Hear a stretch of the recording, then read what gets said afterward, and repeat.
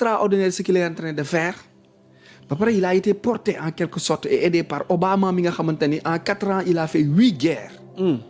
Mon mu nekk base arrière politique Obama boobu noonu doon alimenter les guerres ak industrie armement bi taal Soudan taal Darfour taal Mali taal Kidal bi taal Ukraine ak tous les autres pays du monde yi nga xamante ne moom mu nekk à côté di fournir ay bandits di fournir narcotrafiquants di fournir aussi cette adrénaline là damay fàtte le nom mooy l'utilisation du sang humain boobu noonu. moom mu nekk base bi ñu bàyyi ko mu continuer di dund di continuer di exercer cette puissance négative sur la population mondiale président àdduna yëpp toog seetaan ko. mais moom bu amee sañ-sañ am les moyens. ba pare il a le soutien d'une partie de l'armée vénézuélienne parce que mënoo dugg ci biir dëkk. coow jibul yaa Moussa nga récupérer président bi ñu ko jongeet jàpp ko te amoo soutien intérieur. il avait le soutien intérieur. ci biir Venezuela. On peut considérer ces personnes comme des traîtres? Non, ce ne sont pas des traîtres. Selon moi, ce ne sont pas des traîtres. Mais une grande partie du peuple vénézuélien tey jii ne d'accord. Diomaye, il a été reçu par Trump. On ne sait pas qu'est-ce qui a été dit entre-temps. Pour ne pas mu bañ a avancer wala mu bañ a prononcer sur le cas, il peut être informé. Il peut être informé. Benn moment bi Sonko naan jotatuma information parce que Diomaye reçoit plus d'informations que Sonko. Et il y a de ces informations yoo xamante ni son excellence n'a pas le droit de partager. mën na ci bañ a spéculer parce que le cas Venezuela là c'est un cas très sérieux parce que du yam ci Venezuela après y a les Colombie y a les Groenland y a pas mal de pays yoo xamante ni tous ils seront réglés ba pare y a une nouvelle doctrine bu Trump lancé bu tudd FAFO mooy fais le con je t'arrache je t'élimine tu fais le con je t'élimine léegi on le considère con alors que lui son rôle c'est messianique c'est un sauveur de l'humanité parce que toutes les guerres qui se sont déroulées Trump n'a jamais alimenté de guerre quoi qu'on puisse dire ci 2 ans yii nii ci 2 ans yi motul sax 2 ans en 1 an Trump a arrêté 7 guerres 7 guerres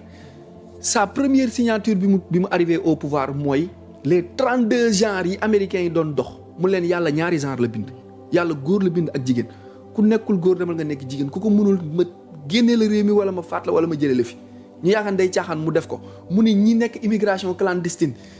ba nekk biir États-Unis di def lu nga xamante ni loi américaine bi da koy tere yéen ñëpp dama leen fiy jëlee boobu ñëpp jàppale ni jaar Nicaragua xamu ni Nicaragua ñoom ñoo ubbi buntu yi pour renforcer seen jeunesse. biñ ci paree dañ ko tëj kenn jaaratu fa. ñi mu génnee ñëpp gis nañ fu mu leen yóbbu Salvador ci ay prison la leen yóbbu parce que gis nañ ni nekkee woon ak yi ñu doon def ci kaw àdduna bi. Mais nous, on n'est pas dans cet élan d'information-là. Nous, on est dans du people. On est dans Fetchakouaï. On est dans d'autres choses. Si spéculation en masse, mais règle faral di dégg. Gis ni voilà Trump def na li japp na président Jambour rek ñu yam ci information bobu. Alors que de fond en comble, si tu puises l'information, tu verras qu'il est en train de faire un nettoyage profond de ce qui se passe. Maintenant, ban intérêt la Afrique am? di ci wax non Afrique était victime de Maduro. Guinée-Bissau servait de tampon à ce trafic-là de narcotrafiquants, de chanvre et de produits en Afrique parce que am na façade maritime léegi lu dugg Guinée-Bissau day jaar Casamance soo demee léegi en Casamance la jeunesse casaçaise là entre Vélingara Vélingara Kolda Diaobé Manda jàpp Gaabu yooyu noonu ba Ziguinchor ak yooyu j'ai rien contre cette jeunesse que j'aime tant mais boo fa demee l'utilisation du chanvre là est excessive la dépression et la dépravation des mœurs et la déperdition scolaire boo demee dans le sud du Sénégal mais c'est extraordinaire la jeunesse est snackée comme ça nii parce que y a un trafic fort qui passe par Amba buy dugg Sénégal mais loolu noonu appui bi ça passe par Venezuela si on a arrêté kon daal Arouna yow d'accord nga politique oui je suis parfaitement d'accord sur ce qu'il est en train de faire je suis parfaitement d'accord à 100% si nettoyage bii mu nekk di def mais nag dafa am li nga xamante ne en diplomatie nettoyage di ci rey nit ñi nettoyage di ci tëj nit ñi nettoyage di ci jaay dool nit ñi déjà sax fi mu ne nii mais ñooñu noonu lan lañ def mi ngi nii di waaj a dugg en contentieux ak Danemark ci Groenland il a raison de récupérer Groenland tu sais pourquoi il a raison de récupérer Groenland donc Trump mi ku ko topp fi mu ne nii donc daf bëgg contrôler le monde. pas contrôler le monde mooy imposer la paix et l'ordre il n'est pas comme les autres présidents les 46 yi fi jot a jaar nuroowun de moom politique bi ko fal ak logique bi ko fal ak soutien bi mu am musul am dans les autres pays yu am président américain bu am soutien bii nii ak considération bii nii non Groenland doivent être récupérés parce que Groenland serve de base arrière mais da ngay à l'arme moomul non du question moomul àdduna bi kenn moomul fenn suufu maam yàlla bi la déet mais tamit nag Sénégal gii nag délimité nañ ko ba ne lii mooy Sénégal ñi ko dëkkee ñi fa am nationalité ak ki ko yilif mais nit yi laa la wax de Gambie fan la bokk asamaan juróom-ñaar ak suuf juróom-ñaar lépp Gambie fan lépp maam yàlla la Gambie fan la bokk mais Gambie enclave la Gambie xam nga réew boppam la Sénégal amul droit de sañ-sañ Macky Sall moo fal Adama Barrow non mais parce que xam na ni yaa jàmme da ko doon yàqal mais loolu jaru ñuy delluwaat ci contexte yi ba non comme sañ-sañ bi mu am sañ-sañ bi mu am taxul ba tey mu bafoué maanaam tey ni Trump di doxalee amul ñu fa dee Guinée Bissau Macky Sall moo fal Imbalo dama ne la mais ni Trump di doxalin doo ko tëkkale kaaw non parce que ku nekk ki nga tollool ku nekk di nga tollool non Macky Sall noonu la toll Macky Sall dooleem moo toll noonu quoi mais Trump dooleem moo toll ni Macky Sall moo fal Imbalo Macky Sall moo fal Adama Barrow te ñooñu ay dëkk jàmbur la yu souverain yu am liggéey mu ñëw imposer leen dictat indi fa forcing parce que dafa xam ne su ko deful woon espace ouest africain bi y compris le Sénégal du am li mu bëgg du am jàmm Trump nag jàpp na ni lu wër Amérique lépp moom am na ci sañ-sañ su paree li wër adduna bi am na ci sañ-sañ pour jub deful pour yàq Groenland montagne de glace la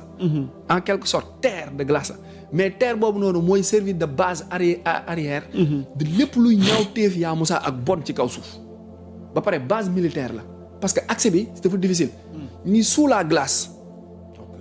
derrière ces murs de glace yooyu ñuy interdit nit ñi dem fa foofu la seen base yi gën a sophistiqué intoxication yi gën a rëy laboratoire de pensée yi gën a bon ak armement yi gën a doy waar ci àdduna bi foofay base ba mais il communique pas comme ça il communique comme si que dinaa jël Groenland def ko parce que Amérique da ko soxla daf ko neex on considère que c'est un fou alors que derrière cette folie là sa folie là il est en train de dérouler une politique et un programme bu nga xamante ni du moom kase parce que il a le soutien du prince saoudien dans ce qu'il est en train de faire il a le soutien de Poutine il a le soutien de Kim il a le soutien de Modi il a le soutien de Cyril Ramaphosa mu nekk une organisation qu'on appelle l'Alliance patriotique mondiale une partie de l'armée américaine ci biir armée américaine dafa am c'est sûr dafa am une partie appelée patriote cette partie là ñoo commencé di tordre la main à des éléments de la CIA yi doon def ñaawteef yi am ci àdduna bi ak FBI ak ONU di leen tordre la main mais di jouer jeu double mooy da ngay clignoter gauche ñu jàpp ne li ngay def ni ñaawteef la alors que résultat bi impact bi c'est positif pour l'avenir pour la population du monde c'est très difficile de comprendre ce qu'il est en train de faire mais il va réussir sa politique parce que j'allais te poser